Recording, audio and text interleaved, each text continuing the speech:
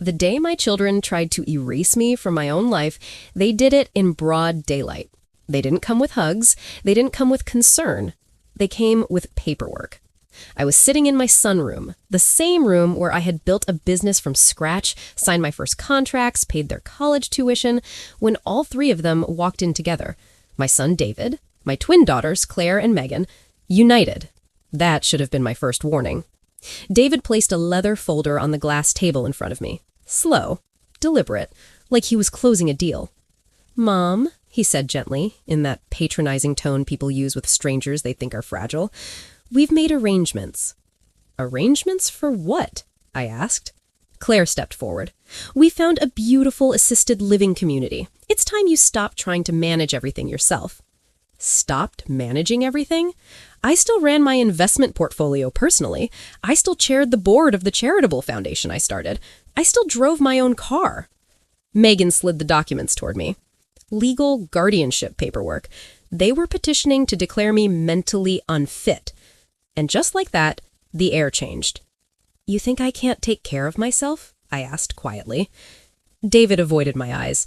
"Mom, it's not about that. It's about protecting the estate." The estate. There it was. $5 million in assets, property, investments, my life's work.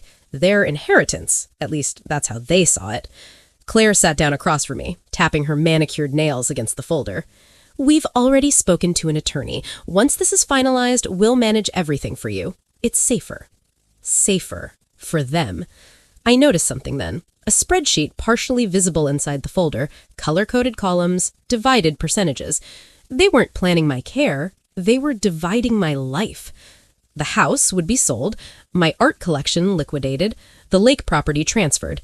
They had already allocated shares, 50% to David for managing operations, 25 each to the twins.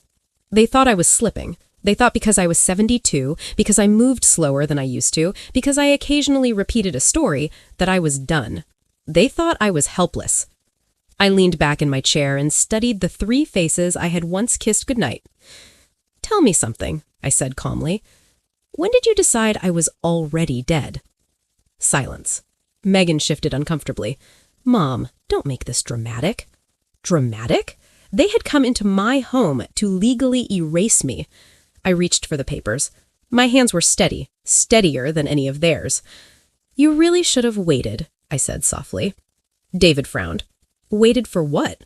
I smiled. "For me to tell you about the change I made 6 months ago." Confusion flickered across their faces. And that's when I saw it. For the first time that afternoon, fear.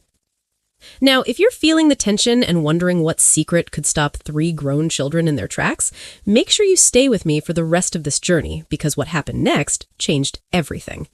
They stared at me like I had just spoken another language. "What change?" demanded Claire. I folded the guardianship papers neatly and placed them back on the table. 6 months ago, I said, I restructured the estate. David's jaw tightened. Restructured how? I let the silence stretch just long enough for them to be uncomfortable. "You see, I may be 72, but I'm not naive. I've watched the phone calls get shorter, the visits rarer, the conversations turn transactional." Megan crossed her arms. "Mom, that's not fair." "No," I agreed. "What's not fair is being treated like a liability in your own family." I stood up slowly, walking to the cabinet near the fireplace. From the bottom drawer, I removed a sealed envelope. "You were so busy preparing to declare me incompetent, you never considered I might have been preparing, too." David's voice sharpened. "Mom, what did you do?" I handed him the envelope. He tore it open. His face drained of color. Claire grabbed the papers from his hand.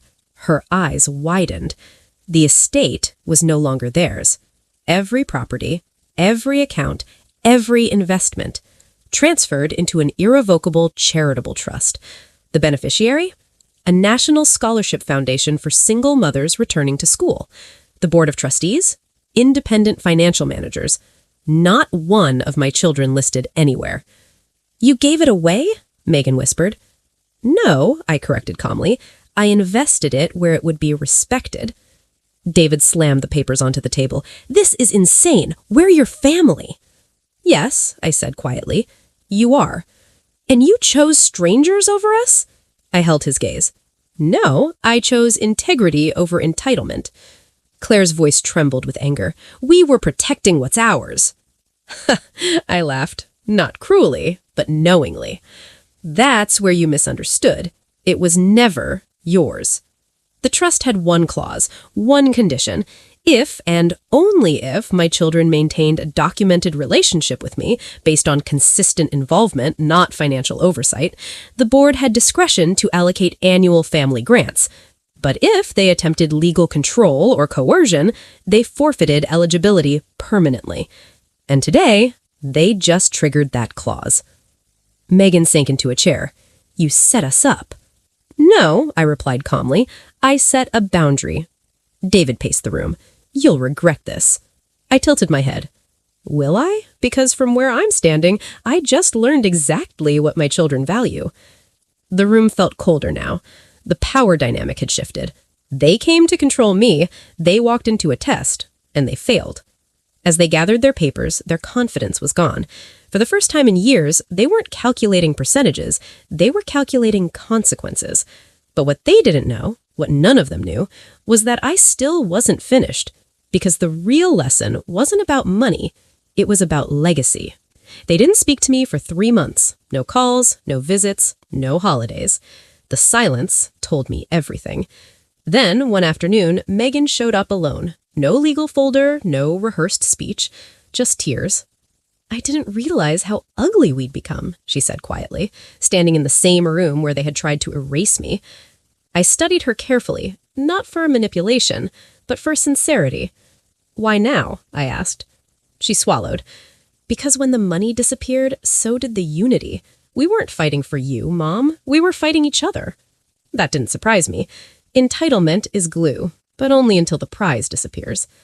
Over the next few weeks, Claire called, then David, not about assets, about dinner, about memories, about regret.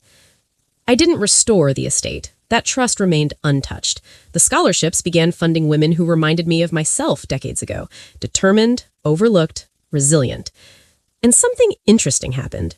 Without money on the table, my children started showing up differently.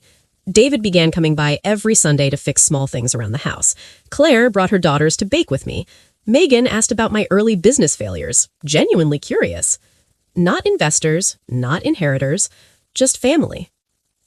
6 months later, I invited them all to dinner. I need you to understand something, I told them. The money was never the lesson. The fear of losing it was. David nodded slowly. You made us see ourselves. No, I corrected gently. You showed me who you were. I just decided to respond. The trust remains as it is, but I did make one final adjustment. A personal letter to each of them, sealed with the board. If they continue to build a relationship rooted in respect, not expectation, the board may consider annual family impact grants, not as inheritance, but as partnership. The estate became something bigger than wealth. It became accountability. They tried to place me in a nursing home to gain control. Instead, it forced me to redefine what legacy truly means. And here's the truth no one talks about. Sometimes the greatest revenge isn't punishment. It's clarity. It's showing people that love cannot be leveraged, that respect cannot be inherited, that family is earned every single day. Now, I want to ask you something. If you were in my position, would you have given them another chance? Or once trust is broken by greed, is it gone forever? Tell me what you think, because sometimes the hardest battles aren't fought in courtrooms. They're fought around the family table.